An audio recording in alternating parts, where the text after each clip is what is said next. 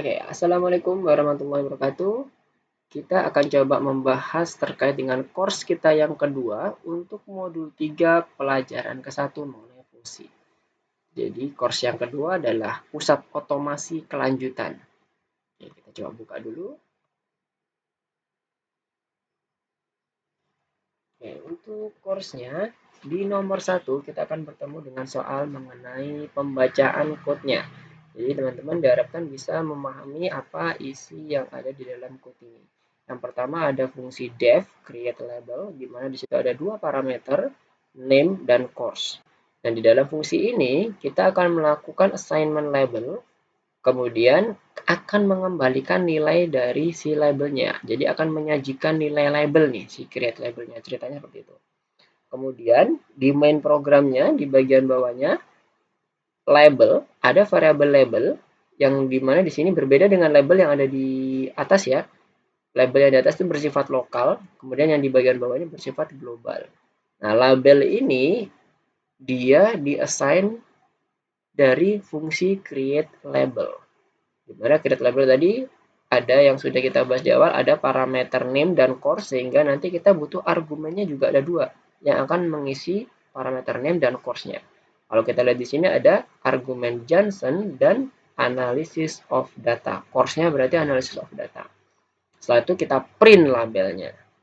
Nah, apa yang akan dicetak oleh program? Karena kita mengetahui bahwa di function create label itu akan menyajikan data yang ada di dalam variabel label, di return labelnya itu, maka isian dari label itu adalah sama dengan variabel yang sudah di-define di dalam function create label, di mana di situ tertulis student, name-nya akan di-replace menjadi Johnson, berarti student Johnson take a course analysis of data.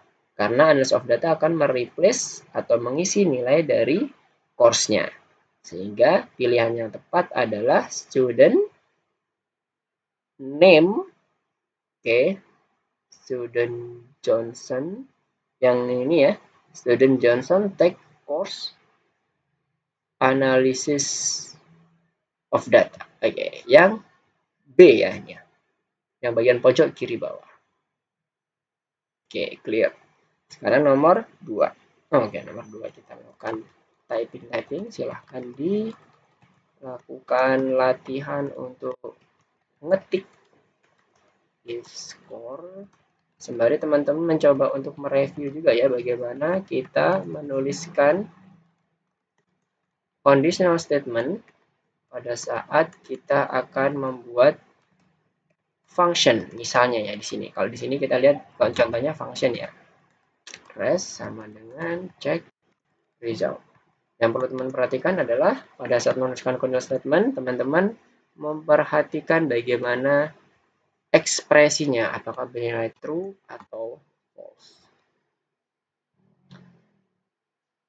Oke, selanjutnya memperbaiki bug dalam program di nomor 3. Kalau kita lihat di sini, ada function ya, ini seharusnya ya, di bagian nomor 1. Nah, bagaimana cara penulisan function yang benar? Kita butuh operator def terlebih dahulu. Kemudian nama function, selanjutnya adalah parameter jika dibutuhkan.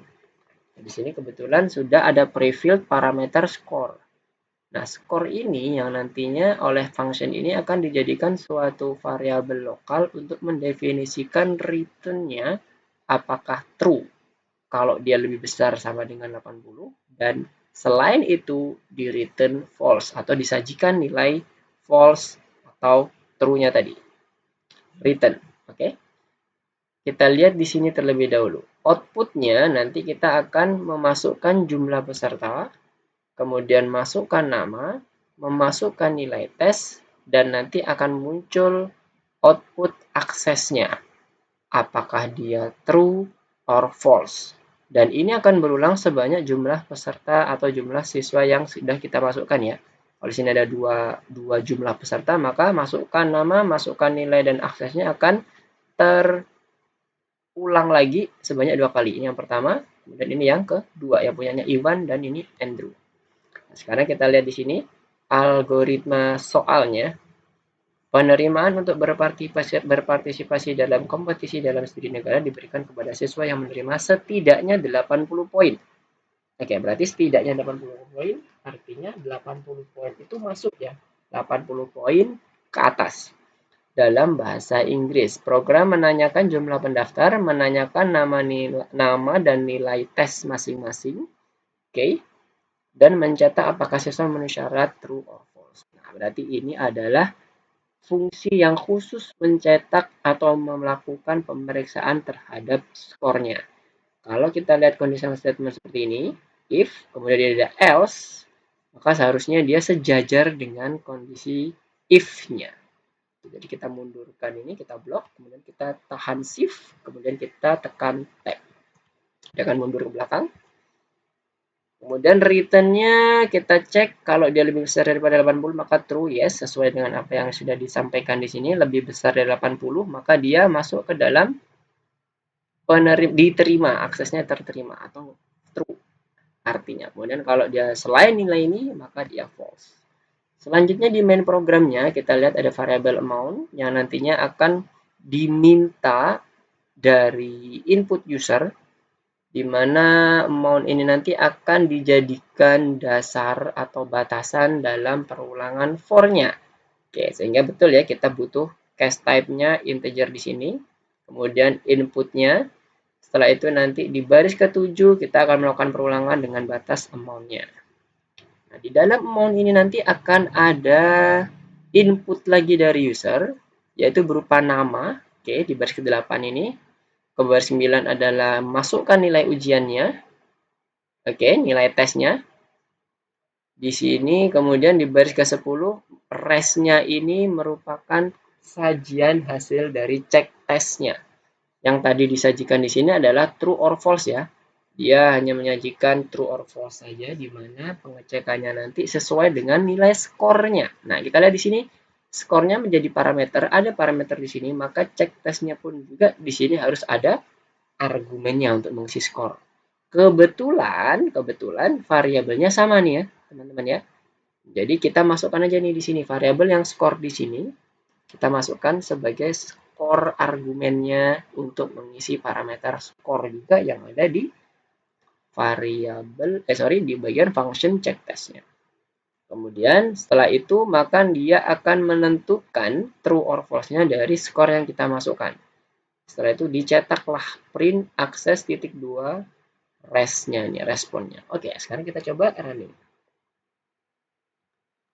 Jumlah peserta 2 dengan 80. Oke, true betul ya. Kemudian Eka nilainya 79 maka false. Oke. Sudah betul sesuai dengan kriteria yang sudah kita masukkan di dalam cek tesnya.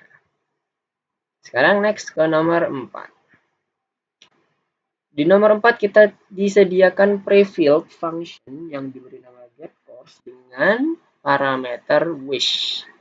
Nah, di sini di function ini kalau kita lihat dia akan mencari tulisan sport, science, komik, kemudian sejarah Roma. Oh, ini kok hasil course-nya nanti ya, inisiasi variable course-nya. Di mana nanti setiap conditional statement ini nanti akan menghasilkan inisiasi variable course. Untuk yang pertama ketika dia sport di-initiate ke dalam bola voli course-nya, kemudian kalau science astronomi, komik membuat sketsa, dan selain ini kalau tidak ditemukan sport, science dan komik maka di assign ke dalam sejarah Roma kuno. Nah, selanjutnya setelah mendapatkan variable course-nya, inisiasi variable course, maka fungsi getCourse ini akan menyajikan nilai dari variable course itu sendiri. Apakah sejarah Roma kuno, membuat sketsa, astronomi, atau bola voli. Sekarang kita lihat dari programnya yang diminta. Jadi fungsinya udah clear ya, pembacaannya seperti itu. Kemudian di sini kalau kita lihat, di sini kita melakukan input jumlah siswa, masukkan preferensi. Nah, setelah itu rekomendasi ini kalau kita cek di sini kita bisa dapatkan dari getCourse-nya. Lihat di sini. Rekomendasinya bola voli. lihat course-nya ada salah satu yang juga nilainya atau assignment-nya adalah bola voli. Maka di sini kita bisa gunakan function ini untuk mendapatkan rekomendasi. Karena jumlah siswanya ini ada 2, maka di sini kalau kita lihat, dia dilakukan perulangan, ditanya lagi, masukkan preferensi lagi, kemudian apa dia lakukan rekomendasi lagi. Setelah itu, terakhir dia akan menampilkan output yang di bagian akhirnya, hati-hati kelas berlangsung di malam hari untuk yang rekomendasi astronomi. Oke? Nah, kita lihat di sini perulangannya ada 2 ya. Jadi di sini ada 2 hal utama yang perlu kita perhatikan, input untuk jumlah siswanya sebagai batasan dan looping untuk melakukan masukkan preferensi dan memunculkan rekomendasi. Di mana rekomendasi ini kita dapatkan dengan menggunakan fungsi get course-nya. Sekarang kita lihat bagian task panelnya, keterangan lengkapnya seperti apa. Program sudah memiliki fungsi get course yang mengambil preferensi dan mengembalikan pilihan. Oke, ini udah clear, tidak perlu dirubah-rubah lagi karena di sini tidak ada keterangan untuk membetulkan fungsinya. Lengkapi badan utama dengan memasukkan jumlah siswa yang ingin Anda rekomendasikan mata pelajaran. Maksudnya badan utama adalah body code-nya ya, main code-nya di sini. Coba kita tandain saja. Main code itu ada di sini. Setelah itu apa yang perlu dilengkapi? Minta jumlah siswa ya. Lengkapi badan utama dengan memasukkan jumlah siswa. Oke, kita masukkan dulu satu-satu supaya tidak terlalu overwhelming terhadap perintahnya. Integer input, kita perlu casting ke dalam bentuk integer karena nanti kita akan gunakan jumlah siswa ini sebagai batasan dari loopingnya. Inputnya apa? Jumlah siswa. Hint-nya. Oke, jadi hint ini nanti kita akan lakukan perulangan. For i in range jumlah sebagai batasannya. Apa yang dilakukan di sini? Yang pertama adalah memasukkan preferensi. Pref sama dengan input masukkan preferensi titik 2. Nah, selanjutnya dilakukan analisis rekomendasinya. Rekom sama dengan kita dapatkan dari function getCourse, di mana getCourse ini kita perlu argumen untuk menentukan apakah dia ditemukan sport, kata-kata sport, science, atau komik dan sebagainya. Kalau dia ternyata sport, maka dia akan munculnya course-nya itu diassign dalam kalimat bola voli, kemudian dia disajikan di dalam main code kita. Jadi kita masukkan dulu preferensinya ada di sini ya. Yang udah kita buat pref sebagai argumennya. Kemudian setelah itu kita masukkan, kita keluarkan outputnya print rekomendasi. Ingat huruf besar huruf kecilnya harus sama persis. Rekomendasi titik 2, rekom. Oke, selanjutnya apa yang perlu diperhatikan lagi? Setelah kita melakukan perulangan 2 kali, maka program langsung selesai ya, tidak ada lagi hal yang perlu dicetak lagi. Nah, sekarang kita lihat lagi untuk algoritma selanjutnya. Mintalah preferensi setiap orang dan ketik pilihan sebagai tanggapan. Oke, sudah, kita minta preferensinya. Kemudian, saat mencetak rekomendasi, periksa apakah ada astronomi di antara mereka. Oke, jadi saat kita udah dapat rekom, apakah rekom ini astronomi atau tidak? Kenapa?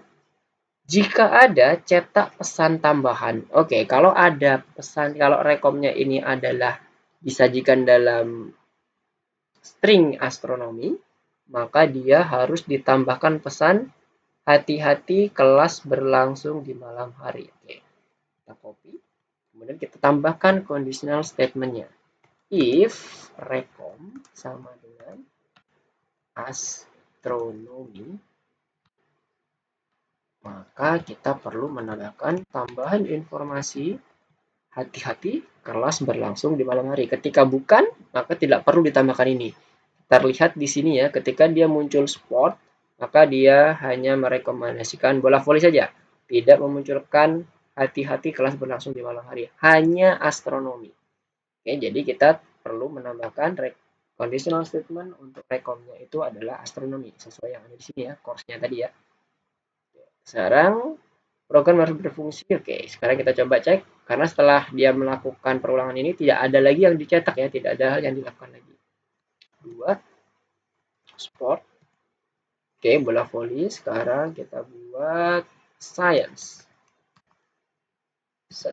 Oke. Jadi hati-hati ini dia akan muncul pada saat kita dapatkan rekomendasinya astronomi. Oke, clear. Sekarang ke nomor 5.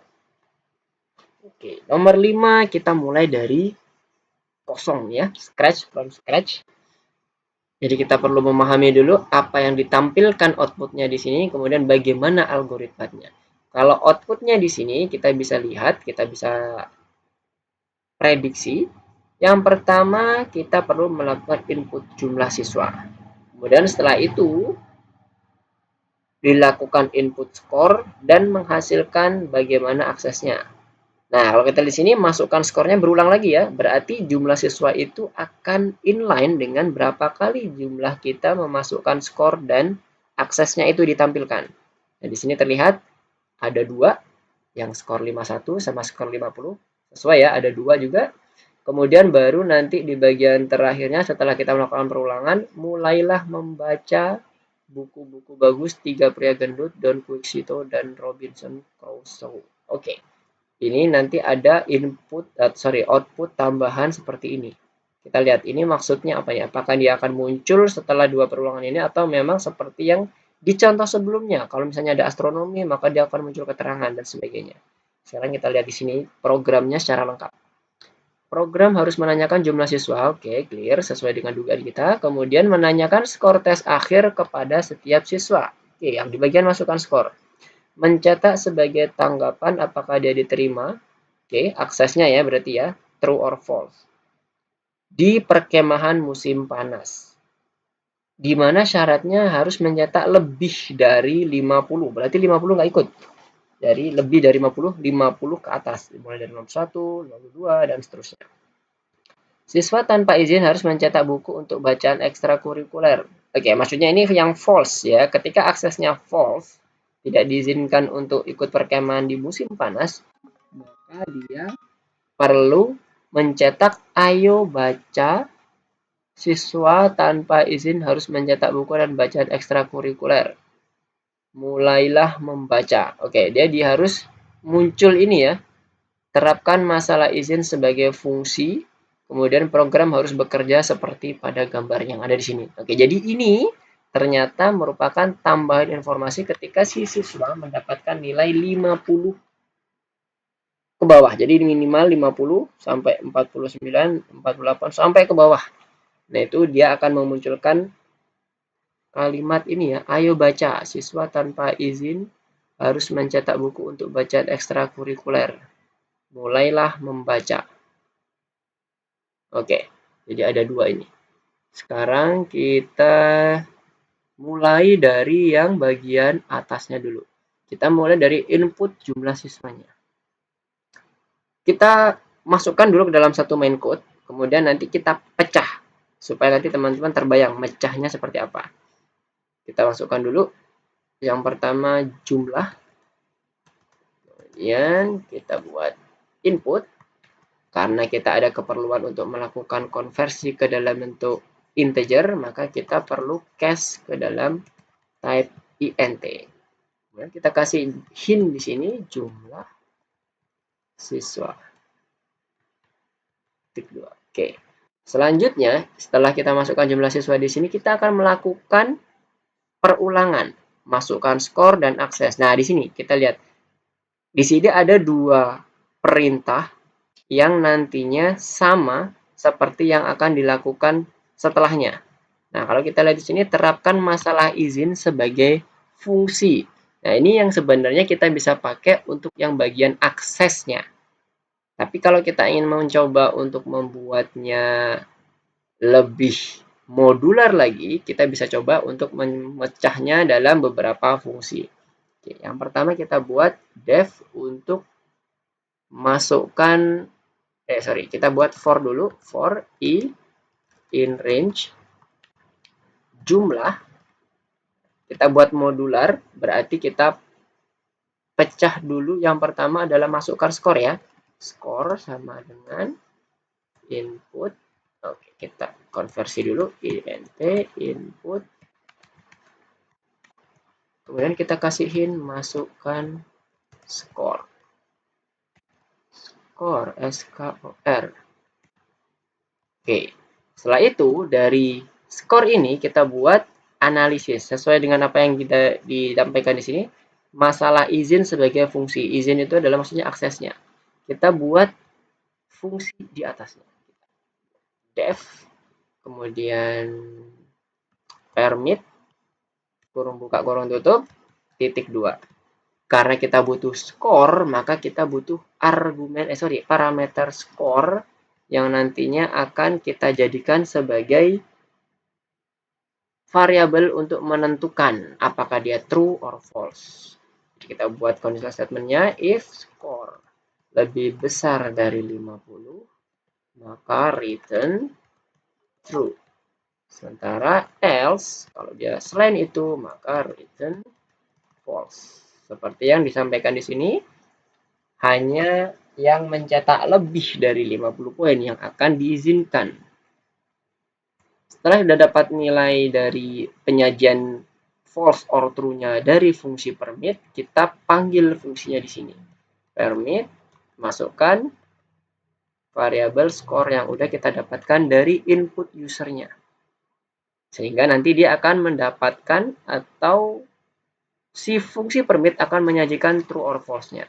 Bagaimana cara kita untuk mencetak yang ada di sini nanti apakah aksesnya true or false? Maka ini kita simpan dulu ke dalam suatu variabel. Misalnya kita kasih nama variabelnya izin sama dengan permit score. Kemudian baru kita cetak print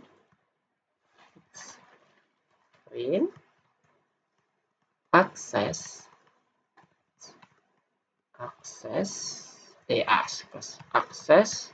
titik 2 ya. Oke.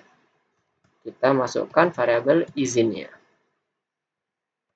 Ketika misalnya kita ketahui izinnya kok dia false, maka kita perlu memasukkan tambahan informasi ini ya. Ini tambahan informasinya sedikit berbeda nih dengan yang ini. Mulai membaca buku-buku bagus. Oke, kita ikutin yang di dalam ini ya, outputnya ini dulu ya. Karena di sini sedikit berbeda. Ayo baca, siswa tanpa izin harus mencetak buku dan sebagainya. Kita coba ikutin yang ada di dalam output programnya. Baru kita coba buat conditional statement lagi. If izin sama dengan false, maka yang terjadi adalah kita buat tambahan informasi print mulailah membaca tanda seru spasi buku-buku bagus tanda titik 2 3 pria. Oke, harus sama persis besar kecilnya. Don Quixote dan Robinson Crusoe. Ada titiknya? Nggak ada ya? Oke. Kita coba cek lagi. Mulailah membaca tanda seru. Oke, buku-buku bagus. Titik 2, 3 pria gendut. Huruf besarnya di awal kata ya. 3 pria gendut semuanya. Don Quixote dan Robinson Crusoe. Oke. Setelah itu clear. Program harus bekerja pada seperti gambar. Yes. Jadi ketika dia sudah memasukkan input dan aksesnya, maka dia harus keluar ya dari program berarti ya. Kita coba running run testnya. Sudah 2. Skornya yang pertama 51. Oke, true. Kemudian masukkan skornya lagi yang ini 50, yang kedua ya, berarti 50. Oke. Ternyata kita bisa mengikuti yang ada di sini ya. Ini tidak bisa kita ikuti ya untuk yang di bagian keterangan notifikasi tambahan ketika aksesnya itu atau izinnya bernilai false. Kita ikutin yang ada di sini. Clear? Munculnya sama seperti yang ada di output. Oke, sekarang bagian terakhir, nomor 6. Oke, nomor 6 kita membaca program, potongan program. Di sini ada function, oke, kita perbesar. Ada function setCell, di mana ada parameter total di situ, di mana parameter ini digunakan untuk melakukan conditional statement, menyeleksi apakah totalnya lebih besar dari 1000 atau tidak. Kalau lebih besar daripada 1000, maka disajikan diskonnya itu 5%. Kalau dia selain itu, disajikan tanpa ada diskon, no discount. Kemudian total yang pertama di main programnya diset sebagai angka 2144. Kemudian print information about discount. Nah, kita cek tuh dengan menggunakan langsung memanggil fungsinya. Boleh seperti ini, Mister? Boleh. Kalau tadi sebelum-sebelumnya kita selalu assign ke dalam suatu variabel, nah kalau kita memang bisa langsung dibuat nested structure seperti ini dan masih mudah untuk dilakukan keterbacaan code-nya, silahkan dilakukan seperti ini. Betul semuanya, mau pakai assignment dalam bentuk variabel dulu atau langsung panggil fungsinya dan langsung dipanggil dalam function print ini. Yang pertama adalah total satunya, kemudian yang total duanya itu 1000. Oke, 1000 itu tidak lebih besar daripada 1000. Dia sama dengan 1000. Berarti dia harusnya masuk ke yang else. Kalau yang 2144 berarti dia masuk ke yang if total lebih besar dari 1000. Kalau yang di bagian total 1 harusnya dia dapat diskon 5%. Yang kedua, dia tidak ada diskon. Ya, clear ya pembacaannya ya. Sekarang kita cek. Yang akan dicetak pada program apa nih? Total 1, information about diskonnya itu harus 5% yang pertama. Oke, ini ya. 5%. Kemudian yang kedua, no diskon. Karena dia nilainya hanya 1000 ya. Oke, sekarang kita coba running. Oke, good. Clear. Nah, sekarang yang bintang ke terakhir, bintang 1, silahkan dikerjakan berbekal apa yang sudah kita pelajari di nomor 1 sampai nomor 6. Jika ada yang mau ditanyakan, nanti silakan bisa menghubungi Mister atau bisa komen di dalam kolom komentarnya. Terima kasih atas perhatiannya. Demikian. Assalamualaikum warahmatullahi wabarakatuh. Semoga bermanfaat.